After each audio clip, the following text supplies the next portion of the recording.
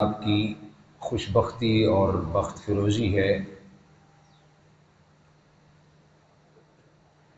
کہ رحمتوں کے موسم میں اللہ کے گھر میں جس دن رحمتوں کا نزول ہوتا ہے اس کے ساتھ ساتھ آج باران رحمت بھی برس رہی ہے، تو رحمتوں کے جھرمٹ میں میں اور آپ اللہ کے گھر میں حاضری کی سعادت حاصل کر رہے ہیں۔ اللہ پاک آج کی ہماری اس حاضری کو اپنی بارگاہ میں شرف قبولیت سے نواز کر ہم سب کے لیے خوش آخرت بنائے۔ آج کی اس مختصر سی نشست میں مناقب اہل بیت رضوان اللہ علیہم اجمعین، فضائل و شان اہل بیت کے عنوان سے کچھ معروضات آپ کے گوش گزار کرنے کی سعادت حاصل کروں گا۔ دعا کریں اللہ پاک ہم سب کو خانوادہ مصطفیٰ کا پکا اور سچا غلام بنائے، آپ کے در والوں کا بھی غلام بنائے، آپ کے گھر والوں کا بھی غلام بنائے۔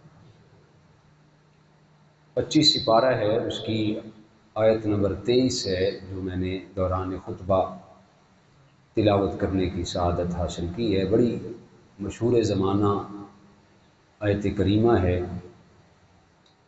جس کا سادہ سا ترجمہ سماعت کر لیں۔ قل اے محبوب صلی اللہ علیہ وسلم آپ فرما دیں، آپ کہہ دیں، لا اسألکم علیہ اجرا، میں تم سے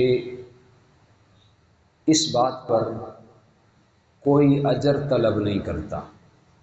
میں وہ بتاتا ہوں کہ کس بات پر، الا المودۃ فی القربى، ہاں ایک چیز کا تقاضا ہے اور وہ الا المودۃ فی القربى، وہ میرے قرابت داروں کے ساتھ پیار ہے، میرے قرابت داروں کے ساتھ محبت اور محبت ہے۔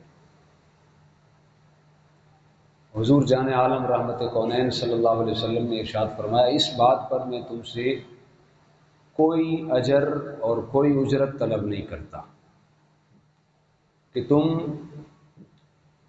جہنم کے رستے پر تھے، میں نے اس رستے سے ہٹا کر تمہیں جنت کے رستے کا مسافر بنایا، تم ایک دوسرے کے دشمن تھے، میں نے آپس میں اخوت اور بھائی چارہ بنا دیا،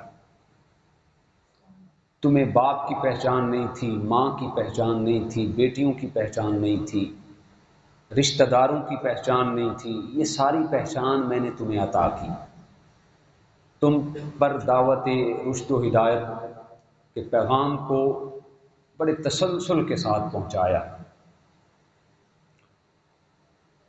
بڑا مشکل ہوتا ہے دین کا کام کرنا، کیونکہ یہ میری فیلڈ ہے، میں سمجھتا ہوں اگر میرے 200 نمازی ہیں تو مجھے 200 نمازی کے ذہن کے مطابق چلنا ہے،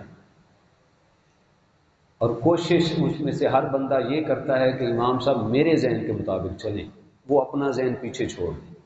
ہم میں سے ہر بندے کی یہ خواہش ہے۔ بڑا مشکل ہوتا ہے دین پہ چلنا اور دین کے احکامات کی تبلیغ کرنا۔ میرے لیے تو پھر بھی آسان ہے، میں یہاں پہ حاضر ہوا تو کم از کم 30 لوگ آپ براجمان تھے میرا بیان سننے کے لیے، قاری صاحب نعت بھی پڑھ رہے تھے، ممبر بھی لگا ہوا ہے، لیکن اس وقت بڑا مشکل ہوتا ہے جب لوگ سننے کے لیے آمادہ نہ ہوں۔ اللہ کے انبیاء کی ہسٹری کو پڑھیں، جناب سیدنا نوح علیہ السلام نے 950 سال قوم کو تبلیغ کی، آپ قوم کو سنانے کے لیے پہنچے تو قوم نے کانوں میں انگلیاں ڈال دی، اے نوح ہم تیری بات نہیں سنیں گے۔ اللہ کے نبی نے فرمایا کوئی مسئلہ نہیں، کبھی تو تھک ہار کر تم انگلیاں نکالو گے، میں تمہیں پیغام سنا کے جاؤں گا۔ امام راضی لکھتے ہیں کہ مکہ سے لے کر طائف تک جو جتنا بیچ کا فاصلہ ہے، اس میں 70 ایسے انبیاء کے مزارات ہیں جن کی شہادت صرف بھوک کی وجہ سے ہوئی۔ اتنا مشکل ہے دین پہ چلنا، دین پہ عمل کرنا۔ حضور علیہ السلام نے فرمایا تم سننا نہیں چاہتے تھے، میں نے تمہیں سنایا۔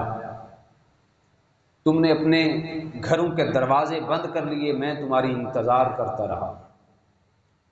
کبھی عکاظ کے میلے میں، کبھی ذی المجاز کی منڈی میں، کبھی صحن حرم میں اور کبھی طائف کے بازاروں میں نے تم پر دعوت رشد و ہدایت کا پیغام تسلسل کے ساتھ پہنچایا۔ اس بات پر میں تم سے کوئی اجرت طلب نہیں کرتا۔ گھر میں فاقے پلتے رہے، گھر کے اندر کئی مہینوں تک چولہا نہیں جلتا تھا، لیکن میں دین کا کام پراپر کرتا رہا۔ یہ نہیں کہا کہ آج گھر میں کھانے کے لیے کچھ نہیں تو آج دین کے کام پہ نہیں نکلتا، آج گھر بیٹھ جاتا ہوں، نہیں، گھر میں فاقے پلتے رہے، کئی مہینوں تک چولہا نہیں جلا، میں پیغام دیتا رہا۔ سیدہ ام عائشہ صدیقہ رضی اللہ تعالیٰ عنہ فرماتی ہیں ایک دن حضور سے ہم نے پوچھا آقا کیا احد سے بڑھ کر بھی آپ کی زندگی میں کوئی مشکل ترین دن آیا؟ سیدہ فرماتی ہیں ہمارے نزدیک یہی تھا کہ احد کا دن سب سے بڑا مشکل دن تھا، جب میرے آقا زخمی تھے، آپ کے سر انور پر پٹی بندھی ہوئی تھی اور 70 صحابہ کے لاشیں حضور علیہ السلام کے سامنے تھے، اور سب سے بڑھ کر سیدنا جناب امیر حمزہ رضی اللہ تعالیٰ عنہ کو شہید کیا گیا، جو حضور علیہ السلام کے محبوب چچا تھے۔ نہ صرف شہید کیا گیا بلکہ اعضاء کو کاٹا گیا، نہ صرف اعضاء کو کاٹا گیا بلکہ اعضاء کا مسئلہ بنایا گیا، آنکھوں میں نیزے چبھوئے گئے، کلیجہ کاٹ لیا گیا، ناک کاٹ لیا گیا، ہاتھ کاٹ لیے گئے، نعوذ باللہ معاذ اللہ۔ حضور علیہ السلام زاروں قطار رو رہے تھے اور آقا فرما رہے تھے ما فعل عمی، کوئی مجھے میرے چچا کی بات تو سنائے۔ اس قدر مشکل ترین دن، سیدہ فرماتی ہیں ہم نے حضور سے پوچھا آقا کیا احد سے بڑھ کر بھی مشکل ترین دن آیا؟ تو حضور علیہ السلام نے فرمایا عائشہ ہاں، طائف کے بازاروں میں جب میں پیغام رشد و ہدایت کے لیے گیا، تیری قوم کے 3 نوجوان سرداروں کے پاس پہنچا، انہیں دین کا پیغام دیا، لیکن انہوں نے سننے سے انکار کر دیا۔ میں نے کہا تم نے پیغام کو قبول نہیں کیا، یہ تمہارا مقسوم، تمہارا مقدر، لیکن یہ بات میرے اور تمہارے درمیان رہنی چاہیے۔ انہوں نے کہا ہم راز تو راز کیوں رکھیں؟ آقا فرماتے ہیں جب میں طائف کے بازاروں سے باہر نکلا تو ان لوگوں نے چند چھوکرے اوباشوں کو میرے پیچھے لگا دیا، انہوں نے پتھر برسانے شروع کیے، میرے آقا کے جسد اقدس سے اتنا خون بہا کہ آپ کے نالین مبارک خون سے بھر گئے۔ آپ زخموں کی تاب نہ لاتے ہوئے کبھی بیٹھ جاتے تو اوباش آگے بڑھ کر حضور کو کندھوں سے پکڑ کر اٹھا کر پھر پتھر مارنا شروع کر دیا۔ میرے آقا نے ہمارے لیے پتھر کھائے۔ صحابہ کرام نے عرض کی آقا ابھی دعا کریں، بد دعا کریں، ابھی ان کا کام تمام ہو جائے۔ میرے آقا نے فرمایا نہیں میرے صحابہ، میں تو رحمت کا تاج پہن کر اس دنیا میں آیا ہوں، میں نے ان کے لیے بد دعا نہیں کرنی۔ جب صحابہ کرام نے بار بار اصرار کیا آقا ان کے لیے بد دعا کریں، تو میرے آقا نے آسمان کی طرف رخ کر کے ہاتھوں کو اوپر بلند کیا۔ صحابہ سمجھے شاید ابھی آقا بد دعا دیں گے، اس پوری کی پوری بستی کو پہاڑوں کے بیچ پیس کر رکھ دیا جائے گا، ابھی ان کے چیخنے کی آوازیں ہم اپنے کانوں سے سنیں گے۔ لیکن تاجدار کون و مقام محبوب کائنات صلی اللہ علیہ وسلم نے جب دعا کے لیے ہاتھ اٹھائے تو حضور علیہ السلام کے لب دل نواز پر یہ الفاظ مبارک جاری تھے اللہم اہد قوم فانہم لا یعقلون، اے اللہ میری اس قوم کو ہدایت عطا فرما، یہ قوم مجھے نہیں جانتی۔ فرمایا صحابہ اس دن پتھر میں نے دین کی خاطر برداشت کیے۔ حضور علیہ السلام نے ہاتھ بلند کر کے بقول شاعر یہ دعا کی الہی کرم کر کو سارے طائف کے ان مکینوں پر، الہی کرم فرما کو سارے طائف کے ان مکینوں پر، الہی پھول برسا ان پتھر والی زمینوں پر۔ میرے آقا نے فرمایا میں تو رحمت کا تاج پہن کر، بڑی جان جوکھوں کا معاملہ تھا لیکن میں پیغام دیتا رہا، تم نے میرے راستے میں گڑھے بھی کھودے، میں گڑھوں کو عبور کر کے تم تک پہنچا، تم نے میرے راستے کے اندر کانٹے بھی بچھائے، میں کانٹوں کو کراس کر کے تم تک دعوت رشد و ہدایت پیغام پہنچانے کے لیے آیا، لیکن میرے صحابہ اس بات پر میں تم سے کوئی اجرت طلب نہیں کرتا۔ اس کے پیچھے ایک ریزن تھی، حضور نے یہ کیوں فرمایا؟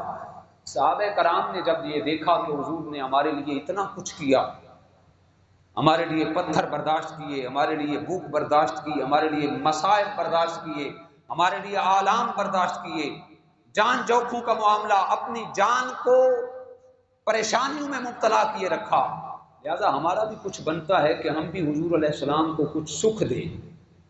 تو سارے صحابہ نے مل کر جمع ہو کر یہ سوچا کہ ہم کچھ ہدیات اکٹھے کر کے حضور کی بارگاہ میں پیش کرتے ہیں، کچھ تحفے حضور کی بارگاہ میں پیش کرتے ہیں۔ تحفے اکٹھے کر کے صحابہ حضور کی بارگاہ میں پہنچے، ادھر سے اللہ نے جبریل کو فرستادہ خدا قرآن کی یہ آیت لے کر حضور کی بارگاہ میں حاضر ہو گئے۔ صحابہ نے عرض کی آقا جو آپ نے ہمارے لیے کیا ہم اس کا بدلہ نہیں چکا سکتے، لیکن یہ چند تحفے ہیں، یہ آپ قبول کر لیں۔ جب صحابہ کرام نے تحفے حضور کی بارگاہ میں پیش کیے تو اللہ نے فرمایا قل لا اسألکم، اے حبیب آپ ان کو کہہ دیں میں اس بات پر تم سے کوئی اجرت طلب نہیں کرتا، الا المودۃ فی القربى، ہاں جو میرے قرابت دار ہیں ان سے پیار کرنا، ان کی تعظیم کرنا، ان سے محبت کرنا، ان سے مودت کرنا۔ جناب حضرت عباس فرماتے ہیں جب یہ قرآن کی آیت نازل ہوئی تو صحابہ نے عرض کی الذی متى وجبت علینا مودتہم یا رسول اللہ صلی اللہ علیہ وسلم۔ طبرانی کے اندر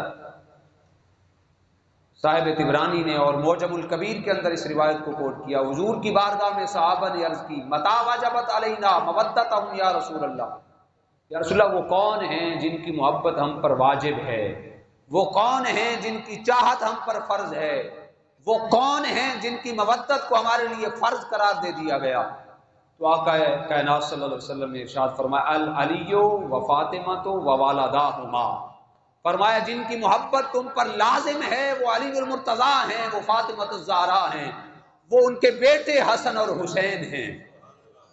فرمایا ان سے پیار کرنا تم پر لازم کر دیا گیا، ان سے چاہت کرنا تمہارے سلیبس کا حصہ بنا دیا گیا، ان سے مودت کرنا تمہاری زندگی کا شعار بنا دیا گیا۔ فرمایا علی و فاطمہ و والداہما، ان سے پیار کرو، ان سے محبت کرو، ان سے چاہت کرو۔ اور پھر جب حضور علیہ السلام نے یہ ارشاد فرمایا میں تم سے کوئی اجرت طلب نہیں کرتا، پھر فرما بھی دیا کہ آل بیت سے محبت کرنا۔ بڑے کامن سینس کی بات ہے، آپ ہر صاحب ذی شعور کے ذہن میں یہ سوال آتا ہے، ایک طرف فرمایا نہیں مانگتا، ایک طرف فرمایا آل سے محبت کرنا، کہیں یہ جزا یا جزا کا صلہ نہ بن رہا ہے، جو میں نے کام کیا بدلے میں تم محبت کر لینا، یہ ذہن میں سوال آتا ہے۔ اس کا سادہ سا جواب جو علماء نے دیا، فرمایا نہیں، یہ جو آل پاک سے محبت کرنے کا ہمیں کہا گیا کہ میری آل سے پیار کرنا، میری آل سے مودت رکھنا، فرمایا آل سے پیار کرنا، آل سے چاہت رکھنا، یہ آل کی ضرورت نہیں بلکہ خود امتیوں کی ضرورت ہے۔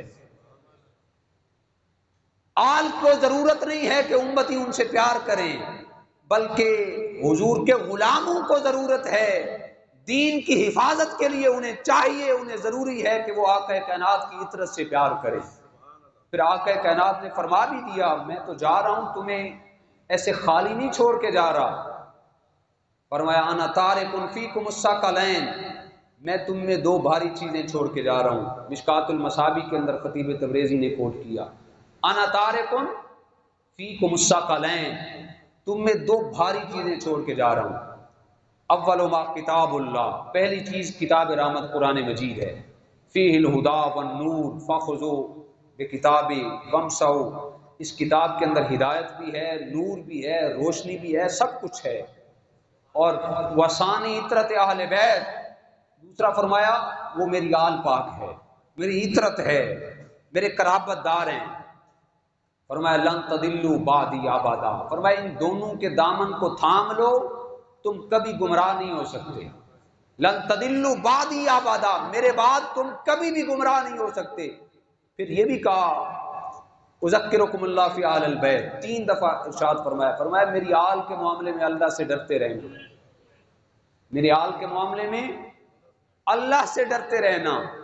فرمایا ان دونوں کے دامن کو تھام لو، قرآن کو تھام لو، آل پاک کے دامن کو تھام لو، تم کبھی گمراہ نہیں ہو سکتے۔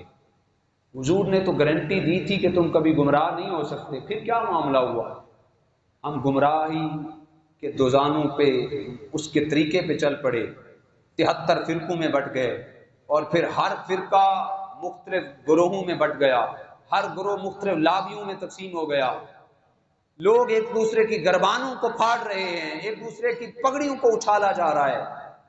آقا کائنات نے تو فرمایا تھا میں تمہیں گارنٹی دیتا ہوں تم کبھی گمراہ نہیں ہو سکتے، یہاں پہ پھر گمراہی کیسے پھیلی؟ یہاں پہ گمراہی حضور نے جو شرط کے ساتھ جس معاملے کو مشروط کیا تھا، فرمایا ان دونوں کے دامن کو تھام لو، کبھی گمراہ نہیں ہو سکتے۔ گمراہی اس لیے پھیلی، کسی نے قرآن کو چھوڑ دیا تو کسی نے آل پاک کے دامن کو چھوڑ دیا۔ کوئی لوگ ایسے ہیں جو قرآن پاک کی محبت کی تو دہائی دے رہے ہیں لیکن آل پاک کا بوجھ سینے میں پل رہا ہے۔ کچھ ایسے ہیں آل پاک کی محبت تو سینے میں ہے لیکن قرآن کے پارے بھی پورے نہیں مانتے، کہتے قرآن کے 40 پارے ہیں، 10 پارے تو بکری کھا گئی۔ آپ کو مبارک ہو، آپ کے ایک ہاتھ میں قرآن مجید کا دامن ہے اور دوسرے ہاتھ میں آل پاک کا دامن ہے۔ اہل سنت و جماعت قرآن سے بھی پیار کرنے والی جماعت ہے اور آل سے بھی پیار کرنے والی جماعت ہے۔ فرمایا ان دونوں کے دامن کو تھام لو، تم کبھی گمراہ نہیں ہو سکتے۔ پھر آگے یہ بھی فرما دیا یہ قرآن اور آل پاک بھی یہ کبھی الگ نہیں ہو سکتے، یہ دونوں ایک ساتھ ہی رہیں گے۔ آپ نے دیکھا قرآن سینے کے اندر تھا، حسین سینے کے اوپر تھا، اللہ اکبر۔ یہ ملاحظہ کیا گیا جب نوک سنان پہ امام ہمام کا سر انور تھا تو قرآن نے اس وقت بھی آپ کو نہیں چھوڑا، سر تن سے جدا تھا، زبان دل نواز سے قرآن مجید کی تلاوت جاری و ساری تھی۔ فرمائے یہ دونوں آپس میں اکٹھے ہیں، یہ کبھی الگ نہیں ہو سکتے، یہ کبھی الگ نہیں ہو سکتے۔ چولی دامن کا ساتھ ہے ان دونوں کا، قرآن مجید کے دامن کو تھام لو، آل پاک کے دامن کو تھام لو، لن تضلوا بعدی ابدا، تم کبھی گمراہ نہیں ہو سکتے۔ اللہ اکبر۔ پھر حضور علیہ السلام نے 2 کا کیوں ارشاد فرمایا؟ قرآن کو بھی تھام لو، آل پاک کے دامن کو بھی تھام لو، کیا قرآن کے اندر ہر مسئلے کا حل موجود نہیں؟ فرمایا تبیان لکل شیء، ہر مسئلہ اس کے اندر وضاحت کے ساتھ بیان کر دیا گیا۔ کل رطب ولا یابس الا کتاب مبین، ہر خشک و تر کا بیان اس قرآن کے اندر موجود ہے۔ ہمارے لیے کافی بھی ہے، ہمارے لیے شافی بھی ہے، ہمارے لیے ہدایت کا کام بھی دیتا ہے، ہمارے لیے نورانیت کا کام بھی دیتا ہے، ہمارے لیے شفا کا کام بھی دیتا ہے قرآن۔ تو دونوں کا کیوں کہا؟ قرآن واقع کافی نہیں تھا، آل پاک کا الگ کہہ دیا گیا؟ تو اس کا علماء نے جو جواب دیا، فرمایا کہ ایک ہوتی ہے تھیوری اور ایک ہوتی ہے اس پہ عملی مشق، ایک تھیوری ہوتی ہے ایک اس پہ پریکٹیکل ہوتا ہے۔ تو فرمایا اگر کسی نے اسلام کی تھیوری کو دیکھنا ہو وہ کتاب رحمت قرآن مجید کو دیکھ لے، اگر اس تھیوری پر پریکٹیکل عملی مشق دیکھنی ہو تو وہ کربلا کے تپتے ہوئے ریگزار میں حسین ابن علی کا کردار دیکھ لے۔ فرمایا قرآن حسین کے ساتھ تھا، حسین قرآن کے ساتھ تھا، یہ دونوں آپس میں لازم و ملزوم ہیں۔ اللہ اکبر۔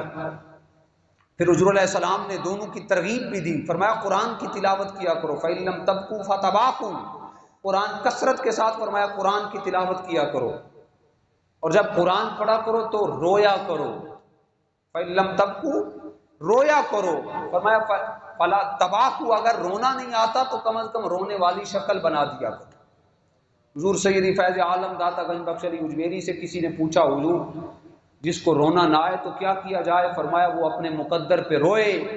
اتنا سنگ دل ہو گیا ہے کہ اسے رونا ہی نہیں آتا. فرمایا قرآن پڑھا کرو. قرآن جب تم پڑھو تو یوں سمجھو کہ ہمارا اللہ ہم سے کلام کر رہا ہے.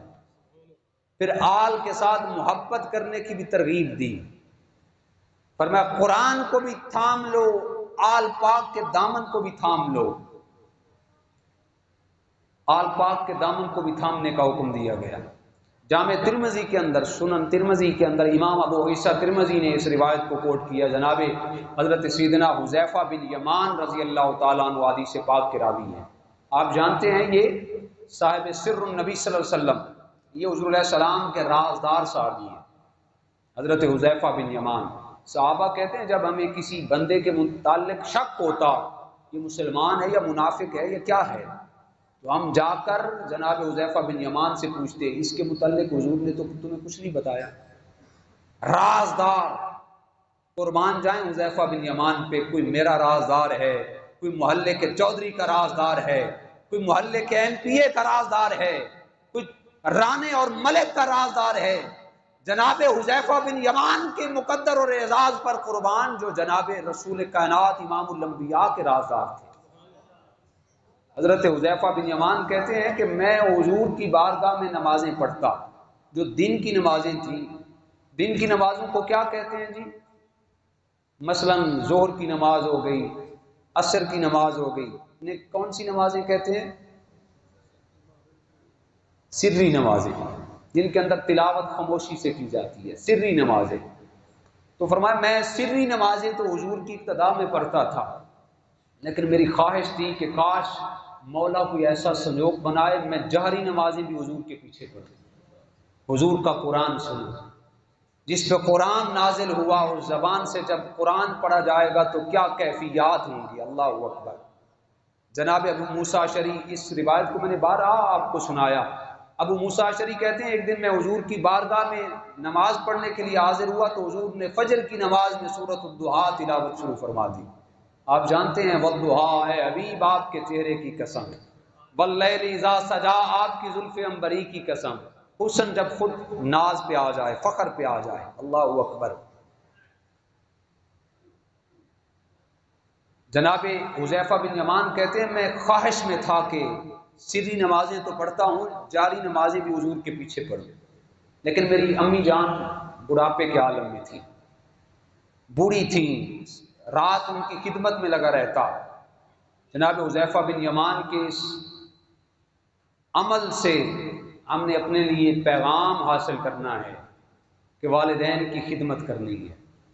جناب حذیفہ بن یمان اس وجہ سے نماز کے لیے حاضر نہیں ہوتے تھے، گھر دور تھا، کیونکہ والدہ کمزور اور بوڑھی اور ضعیف اور ناتواں تھیں، ان کی خدمت میں آپ مصروف رہتے.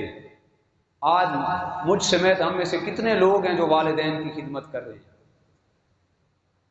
چند الا قلیل خوش بخت اور خوش نصیب ہیں وہ لوگ جو والدین کی عزت اور عظمت کرتے ہیں، اکرام کرتے ہیں.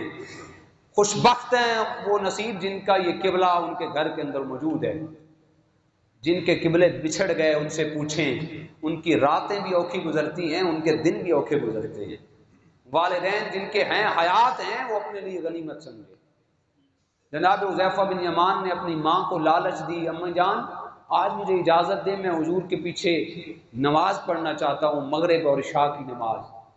میں وعدہ کرتا ہوں آپ کے لیے بخشش کی دعا کروا کے آؤں گا، اپنے لیے بھی بخشش کی دعا کرواؤں گا، آپ کے لیے بھی بخشش کی دعا کرواؤں گا. تو جناب حذیفہ بن یمان کی ماں کو لالچ آ گئی کہ جب بخشش کی دعا ہو جائے مجھے اور کیا چاہیے. یہ صحابہ کا عقیدہ ہے، یہ میں اپنی طرف سے نہیں بات. امام ابو عیسیٰ ترمذی نے سنن ترمذی کے اندر اس حدیث پاک کو کوٹ کیا. صحابہ بخشش و مغفرت کی دعا کروانے حضور کی بارگاہ میں حاضر ہوتے تھے. گویا کہ صحابہ کا عقیدہ تھا میرے آقا دعا فرما دیں اللہ بخش دے گا. اللہ نے اب پیارے آقا کو اختیار دیا ہوا ہے. یہ آج کل کے مولویوں کی ایجاد کردہ یہ بات نہیں ہے. یہ صحابہ کا عقیدہ ہے۔ مالک کونین ہیں، وہ پاس کچھ رکھتے نہیں، دو جہاں کی نعمتیں ہیں ان کے خالی ہاتھ میں۔ سیدی اعلیٰ حضرت فرماتے ہیں امی جان نے اجازت دے دی، جناب حذیفہ بن یمان کہتے ہیں میں مسجد نبوی میں حاضر ہوا، نماز مغرب کی اذان ہوئی، حضور کے پیچھے میں نے نماز مغرب ادا کی۔ نماز مغرب کے بعد آقا کائنات ذکر و اذکار میں مشغول ہو گئے، ذکر فکر میں مشغول ہو گئے۔ میرے دل میں خواہش تھی کہ آقا فارغ ہوں تو میں امی جان سے بھی وعدہ کر کے آیا ہوں، اگر دعا نہ کروائی تو امی کو کیا جواب دوں گا، وعدہ کر کے آیا ہوں۔ لیکن آقا ذکر و فکر میں مشغول رہے۔ اسی اثناء میں نماز عشاء کی اذان ہو گئی۔ نماز عشاء کی اذان ہوئی تو اس کے بعد سنتے پڑھنے میں مصروف ہو گئے۔ پھر جماعت شروع ہوئی، اللہ اکبر۔ جماعت یوں ہی ختم ہوئی، میرے آقا مصلی رسول سے اٹھ کر حجرہ عائشہ میں جانے لگے۔ کتنا فاصلہ ہے عائشہ صاحب؟ مصلی رسول کے درمیان اور حجرے کے درمیان کوئی ہے کوئی فاصلہ؟ جس کے بارے میں میرے آقا نے فرمایا ما بین بیتی و منبری روضۃ من ریاض الجنہ، فرمایا یہ میرے گھر اور میرے مصلی کے قریب یہ درمیان والا حصہ جو ہے یہ کیا ہے جی؟ یہ جنت کا ٹکڑا ہے۔ میرے آقا ہر وقت رہتے ہی جنت میں تھے، تو جنتی کو جنت کے اختیار ہوتے ہیں کہ نہیں ہوتے؟ ہوتے ہیں کہ نہیں ہوتے؟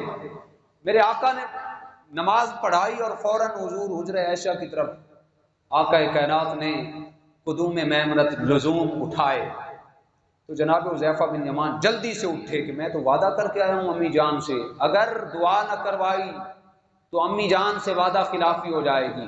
بس اسی تیزی میں کچھ قدم تیز ہو گئے، قدموں کی آہٹ تاجدار کائنات کے گوشے مبارک میں پہنچی۔ حضور نے قدموں کی آہٹ کو سنا، پیچھے نہیں دیکھا۔ حدیث کے الفاظ ذمہ داری کے ساتھ کہہ رہا ہوں، حضور نے پیچھے نہیں دیکھا، آپ کی نظریں نگاہ نبوت آگے تھی۔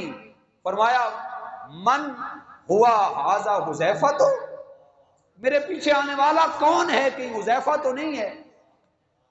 تو جناب حذیفہ نے ہاتھ باندھ کے عرض کی بندہ نواز نام حذیفہ، تو ہاں یا رسول اللہ میں حذیفہ یمانی ہوں، حذیفہ بن یمان ہی ہوں۔ کس لیے آئے تھے جناب حذیفہ بن یمان؟ کس لیے آئے تھے جی؟ کس لیے آئے تھے؟ ماں کے لیے اور اپنے لیے بخشش و مغفرت کی دعا کروانے۔ میرے آقا نے فرمایا میرے پیچھے آنے والے کون ہو؟ حذیفہ تو نہیں ہو؟ عرض کی نام یا رسول اللہ، فداک ابی و امی یا رسول اللہ، آقا میرے ماں باپ آپ پر قربان ہوں، حذیفہ ہی ہوں۔ میرے آقا نے فرمایا اللہ حاجتوں کا غفر اللہ لاکا والے امے کا، فرمایا حذیفہ بتا کس حاجت کے لیے آیا ہے، اللہ تیری بھی بخشش فرمائے، اللہ تیری ماں کی بھی بخشش فرمائے۔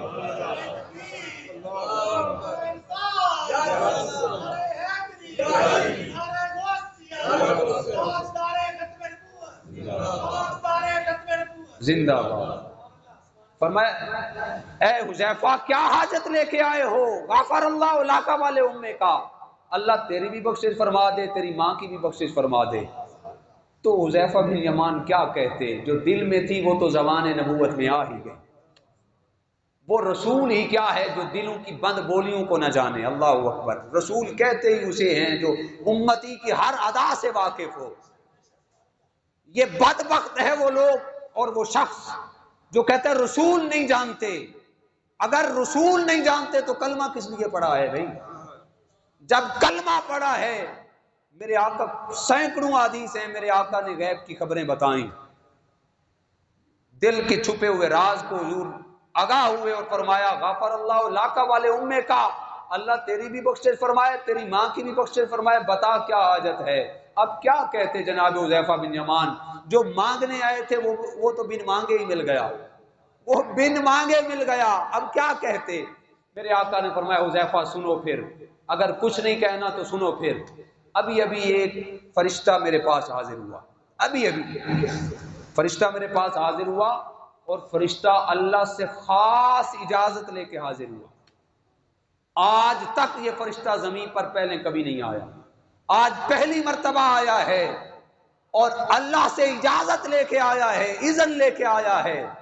دو باتوں کا اذن لے کے آیا ہے، ایک تو میری بارگاہ میں آ کے سلام پیش کرے، یہ حضور فرما رہے ہیں، اور سننے والے جناب حذیفہ بن یمان ہیں۔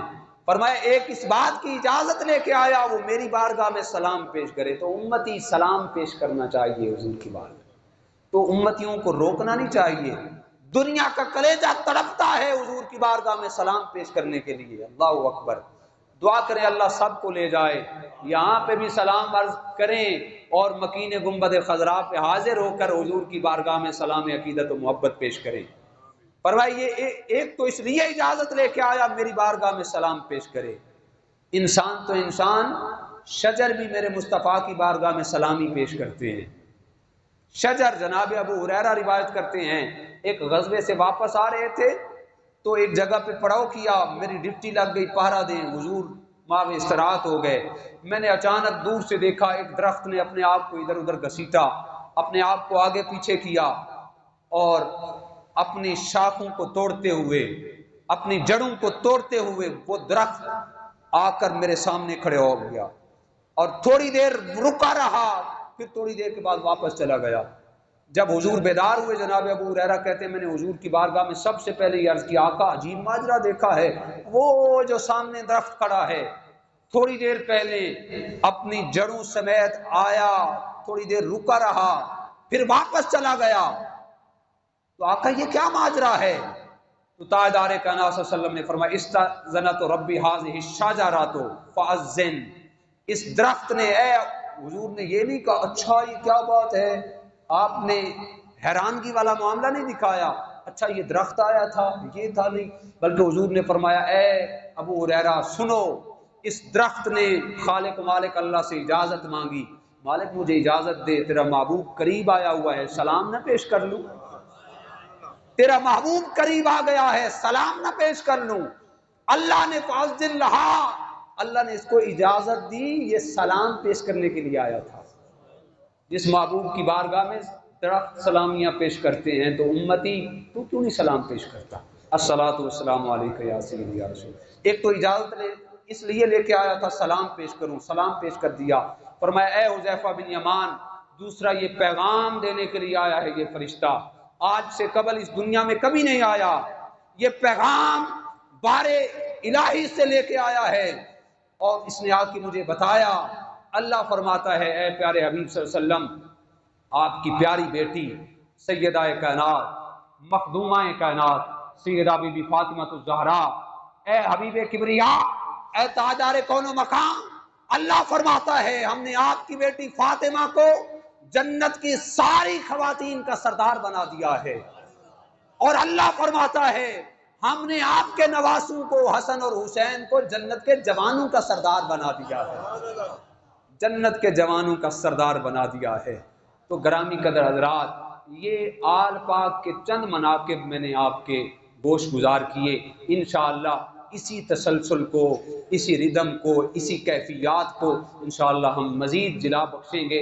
انشاءاللہ 10 محرم الحرام کو بعد از نماز مغرب مرکز حاضہ میں عاشوراء کے حوالے سے محفل پاک کا انعقاد کیا گیا ہے، آپ سبھی احباب اس میں شرکت فرما کر ثواب دار ہیں۔